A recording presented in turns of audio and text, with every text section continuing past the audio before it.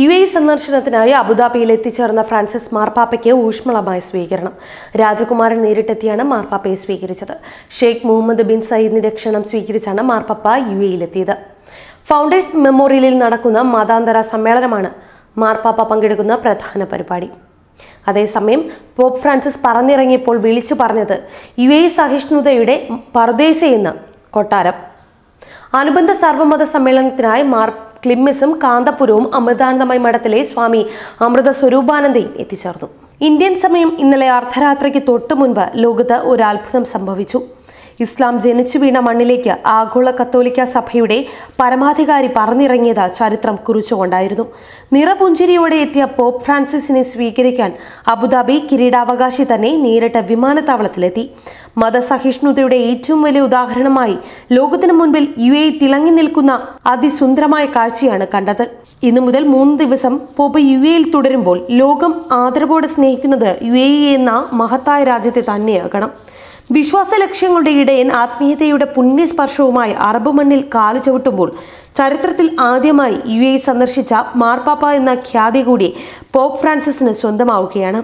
ഇവിടെ നടക്കുന്ന മാനവ സാഹോദര്യ സംഗമത്തിൽ പങ്കെടുക്കുന്നതിനായി അബുദാബി കിരീടാവകാശി Sheikh Mohammed bin Zayed Al Nahyan അദ്ദേഹത്തെ ക്ഷണിച്ചതിന് പിന്നാലെയാണ് സന്ദർശനം. ഇന്ത്യൻ സമയം ഇന്നലെ രാത്രി 11:30 അബുദാബിയിലേക്കുള്ള പ്രസിഡൻഷ്യൽ വിമാനത്താവളത്തിലെത്തിയ അദ്ദേഹത്തെ അബുദാബി കിരീടാവകാശി നേരിട്ടെത്തി സ്വീകരിക്കുകയായിരുന്നു. കുരുന്നുകൾ പരമ്പരാഗത എമിറേറ്റി വേഷത്തിലെത്തി പൂക്കൾ നൽകിയാണ് ലോകത്തിന്റെ ഇടയനെ സ്വീകരിച്ചത്.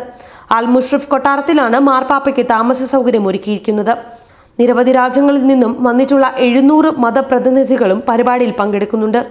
ഈജിപ്തിലെ അൽ അസർ ഗ്രാൻഡ് ഇമാം ഡോക്ടർ അഹമ്മദ് അൽ തയ്യിബ് അദ്ദേഹവുമായി കൂടിക്കാഴ്ച നടത്തി. അബുദാബി എമിറേറ്റ് പാലസിൽ ഞായറാഴ്ച രാവിലെ പരിപാടി ആരംഭിച്ചു. UAEയിലേക്ക് വിമാനം കയറും മുൻപ് എല്ലാവരും പ്രാർത്ഥിക്കണമെന്ന് ആവശ്യപ്പെട്ട് ഫ്രാൻസിസ് മാർപ്പാപ്പ ട്വീറ്റ് ചെയ്തിരുന്നു. താനൊരു സഹോദരനെ പോലെയാണ് UAEയിലേക്ക് പോകുന്നതെന്നും സമാധാനത്തിന്റെ ഒരു പുത്തൻ അധ്യായം തുറന്ന് ഒരേ പാതയിൽ നീങ്ങാമെന്നും അദ്ദേഹം പ്രത്യാശ പ്രകടിപ്പിച്ചു. ഇതിനു മുന്നോടിയായി സെന്റ് പീറ്റേഴ്സ് ചത്തുരത്തിൽ നടത്തിയ പ്രാർത്ഥനയിൽ അദ്ദേഹം യമനിലെ യുദ്ധം അവസാനിപ്പിക്കാനായി വിശ്വാസികളുടെ പ്രാർത്ഥനാ സഹായം ആവശ്യപ്പെട്ടു. കുരുന്നുകളടക്കം നിരവധി ആളുകൾ ഭക്ഷണവും വെള്ളവും ഇല്ലാതെ അലയുകയാണെന്നും യുദ്ധത്തിലൂടെ നിരപരാധികളായ ജനങ്ങൾ ഇല്ലാതാവുകയാണെന്നും അദ്ദേഹം ഓർമ്മിപ്പിച്ചു. യമനിൽ ഇപ്പോൾ നിലനിൽക്കുന്ന സാഹചര്യം കണക്കിലെടുത്തായിരുന്നു അദ്ദേഹത്തിന്റെ വാക്കുകൾ. ഇന്ന് ഉച്ചയ്ക്ക് 12 മണിക്ക് UAE പ്രസിഡന്റിന്റെ കൊട്ടാരത്തിൽ Sheikh Mohammed bin Zayed Al Nahyan Francis മാർപ്പാപ്പയെ സ്വീകരിക്കും. ഇതിന് പിന്നാലെ വത്തിക്കാനിലെയും UAEയിലെയും ഉന്നത ഉദ്യോഗസ്ഥർ കൂടിക്കാഴ്ച നടത്തും. മതസൗഹാർദ്ദത്തിന്റെ മഹത്വം ലോകത്തോട് വിളിച്ചു പറഞ്ഞ മാർപ്പാപ്പ വൈകിട്ട് ഷെയ്ഖ് സായിദ് ഗ്രാൻഡ് മസ്ജിദിലെത്തും. ഇതിനുശേഷമാകും സാഹോദര്യ സംഗമവേദിയിലേക്ക് തിരിക്കുക. UAEയിലേക്കുള്ള വിമാനയാത്രയ്ക്കിടെ ഓരോ രാജ്യങ്ങളിലേക്ക് പ്രവേശിക്കുമ്പോഴും രാഷ്ട്രതലവന്മാർക്ക് ഫ്രാൻസിസ് മാർപ്പാപ്പ ടെലിഗ്രാം സന്ദേശം അയച്ചു.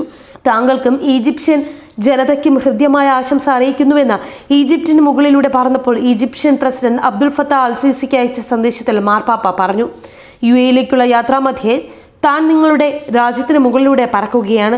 ദൈവം നിങ്ങളുടെ രാജ്യത്തെ അനുഗ്രഹിക്കട്ടെ എന്നും സമാധാനവും സന്തോഷവും നൽകട്ടെ എന്ന് പ്രാർത്ഥിക്കുന്നുവെന്നും സന്ദേശത്തിൽ പറഞ്ഞു. മലങ്കര കത്തോലിക്ക സഭാധ്യക്ഷൻ കർദിനാൾ മാർ ബസിലോസ് ക്ലിമ്മിസ് കത്തോലിക്ക ബാവ, അഖിലേന്ത്യാ Sunni Jamiyyathul Ulama general secretary Kanthapuram AP Aboobacker Musliyar, Kerala Muslim Jamaath general സെക്രട്ടറിയും മലപ്പുറം മയ്യിദ് അക്കാദമി ചെയർമാനുമായ ഇബ്രാഹിമുൽ ഖലീലുൽ ബുഖാരി, മാതാ അമൃതാനന്ദമയി മഠത്തിലെ സ്വാമി അമൃത സ്വരൂപാനന്ദപുരി തുടങ്ങിയവരാണ് കേരളത്തിൽ നിന്നും സംഗമ സമാപന യോഗത്തിൽ പങ്കെടുക്കുന്നത്. ന്യൂസ് ഡെസ്ക് മറുനാടൻ TV.